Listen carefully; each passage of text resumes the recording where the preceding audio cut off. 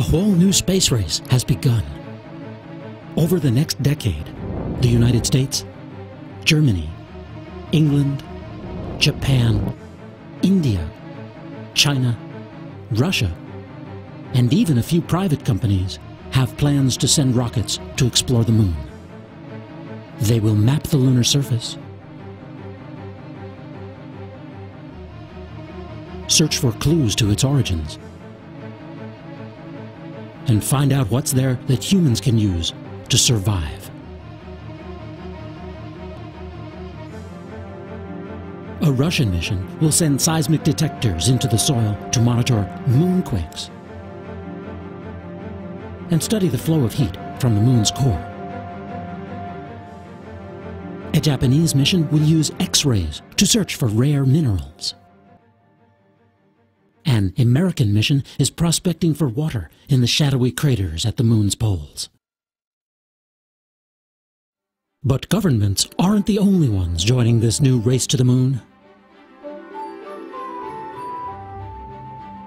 With more missions on the drawing boards and the chance to actually make money developing space businesses, private ventures are angling to supply launch or human transport services and even begin exploiting space resources like energy, materials, and the freedom from gravity itself. Private robotics teams vying for the $30 million Google Lunar X Prize are designing, building, and planning to launch rovers with video cameras to explore lunar landscapes. It's inspired by the Orteig Prize that sent Charles Lindbergh flying across the Atlantic Ocean more than 80 years ago. That feat helped launch the civil aviation industry. The sponsors of this prize hope it will unleash the entrepreneurial spirit into space.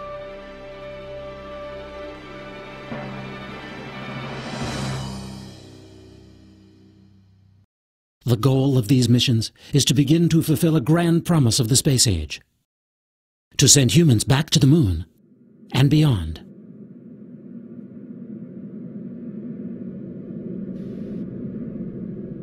To permanently live and work in space.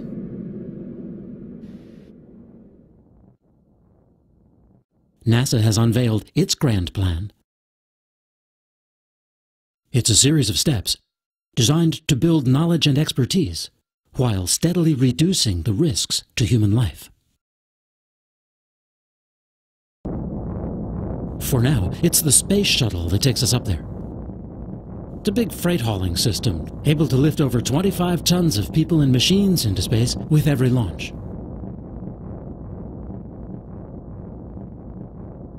On more than 24 flights since 1998, the shuttle has carried the International Space Station into orbit, piece by piece, module by module, solar array by solar array, subsystem by subsystem.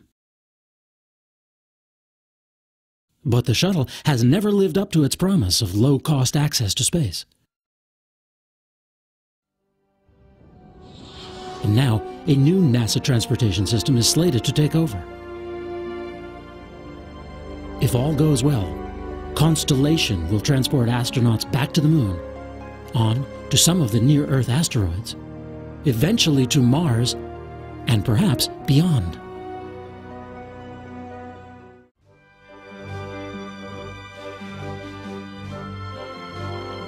Aboard Space Station, astronauts are already preparing for longer missions.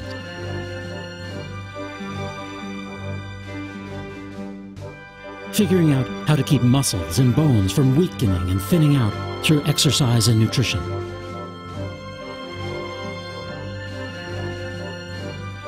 Just as important, they're working on technologies that ensure clean air and water, shelter from solar radiation, and flexible spacesuits to work and explore in hostile environments like the moon.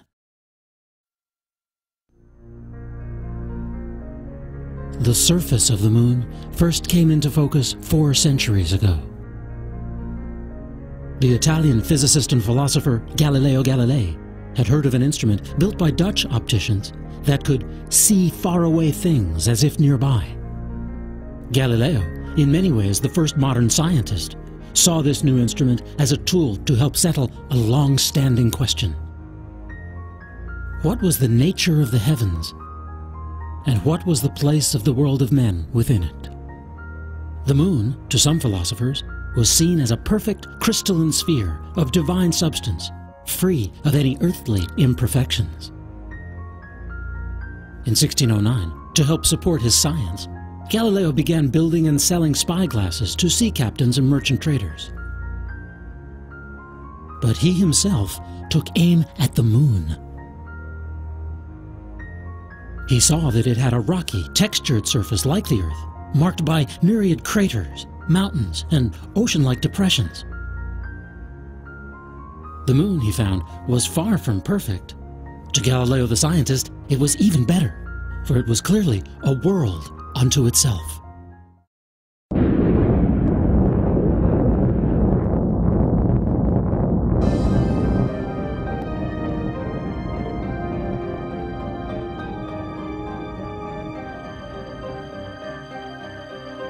Flash forward now, to a time just about 4 decades ago. The astronauts of Apollo piloted down to the lunar surface for the first time. The moon, the Apollo missions discovered, is like a time capsule from the early days of the solar system. Rock samples confirmed a dramatic theory.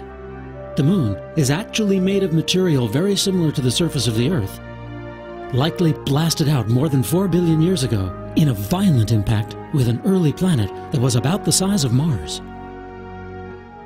Moreover, the evidence showed that all those moon craters were not ancient volcanoes, as many scientists had believed, but rather they were scars from asteroid and comet impacts. Scientists began to wonder whether those impacts had endowed the moon with resources, such as water, that could be tapped to support long-term missions.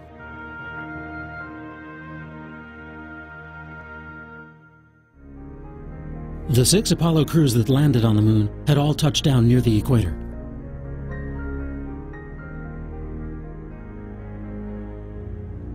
The rocks there were bone dry.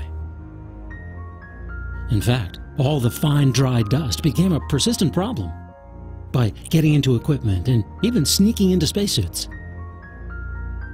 It turns out that the rocks brought back by Apollo were loaded with hidden treasure: iron oxide, calcium oxide, and other compounds containing oxygen.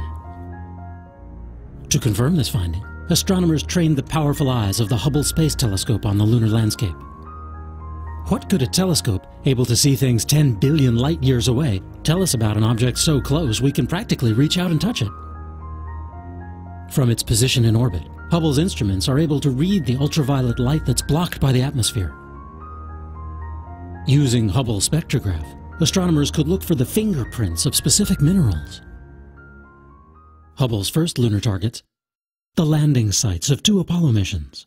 Samples from these sites, brought back by astronauts, contained a glassy material called ilmenite. It's rich in oxygen. Hubble's data shows that ilmenite is strewn over the areas of these landing sites. Hubble moved on to a second target, the Aristarchus crater, 25 miles wide and about 2 miles deep.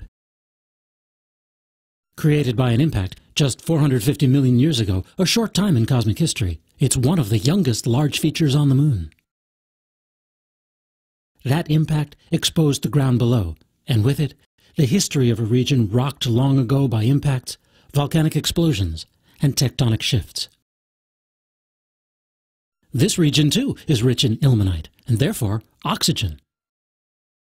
But what about the other element in water, hydrogen? In 1998, the Lunar Prospector, an unmanned satellite, began an ambitious mission to map the lunar surface. With an instrument called a gamma-ray spectrometer, it recorded the telltale signature of a variety of elements. The data showed that hydrogen is spread widely across the poles of the moon. If it's from water ice, millions of tons could well be embedded in the soil there. And there's one place in particular where water may be concentrated. The moon is in what's called tidal lock. Only one side of the moon faces the Earth, and yet As it orbits its mother planet, all sides are bathed by the light of the sun, instantly evaporating any water that might get to the surface. Still, there are places that never receive direct sunlight. The floors and sides of deep craters.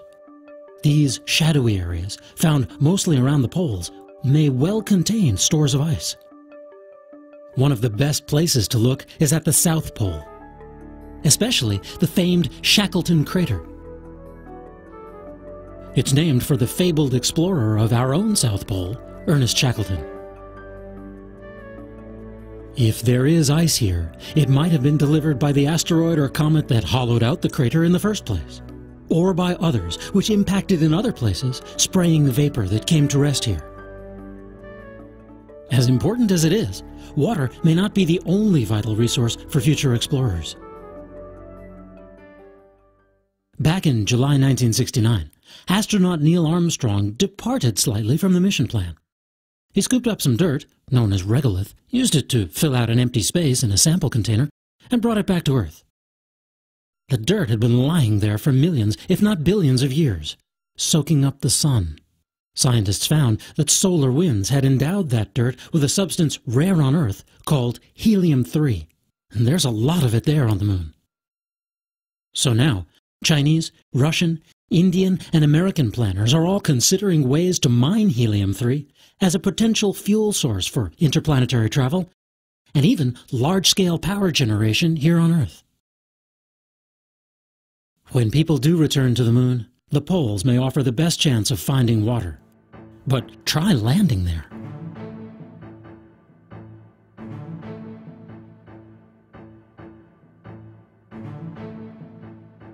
The light is dim, and sharp shadows turn the ground ink black.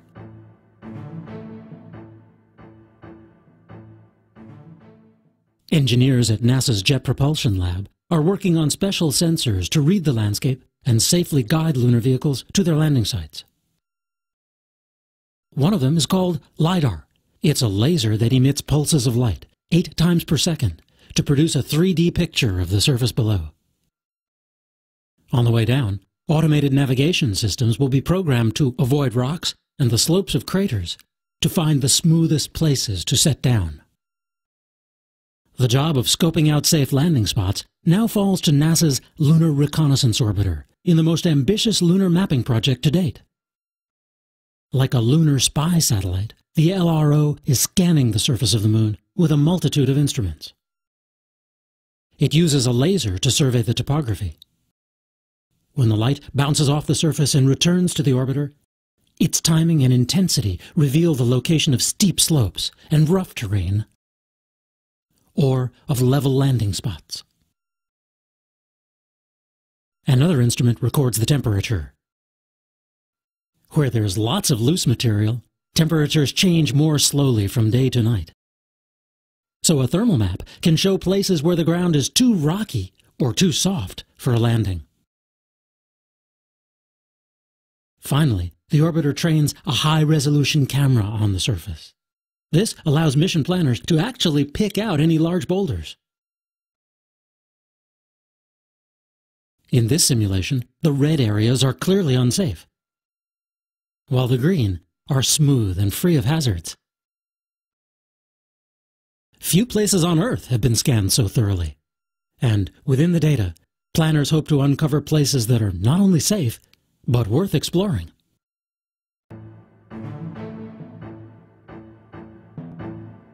Some say that past missions have only scratched the surface of the moon. The LRO mission is designed to change that. The orbiter traveled to the moon rather like a stowaway on a larger space vehicle known as the L-Cross. In October 2009, the L-Cross upper stage will separate, beginning a free fall toward the moon.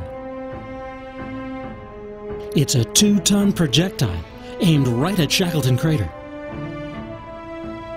When the upper stage, moving more than twice as fast as a bullet, hits the surface, it's expected to blast over 2 million pounds of debris into space and leave a crater at least 16 feet deep.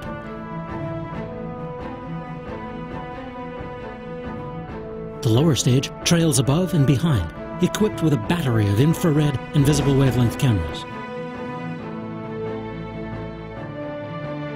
Within seconds of impact, the lower stage will relay its data back to the orbiter, now passing overhead.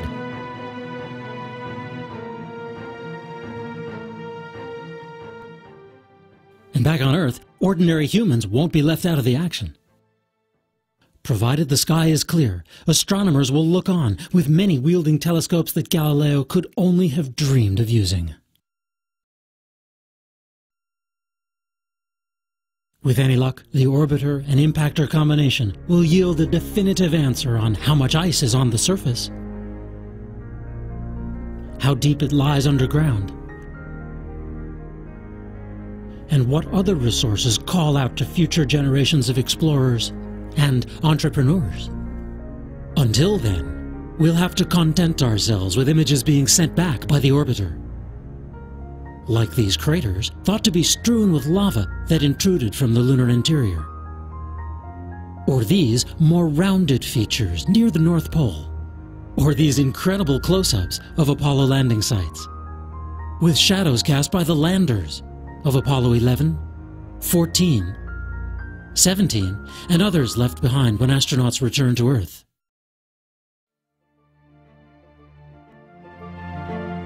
"40 years ago, the Apollo mission showed that we could overcome Earth's gravity and set foot upon the Moon.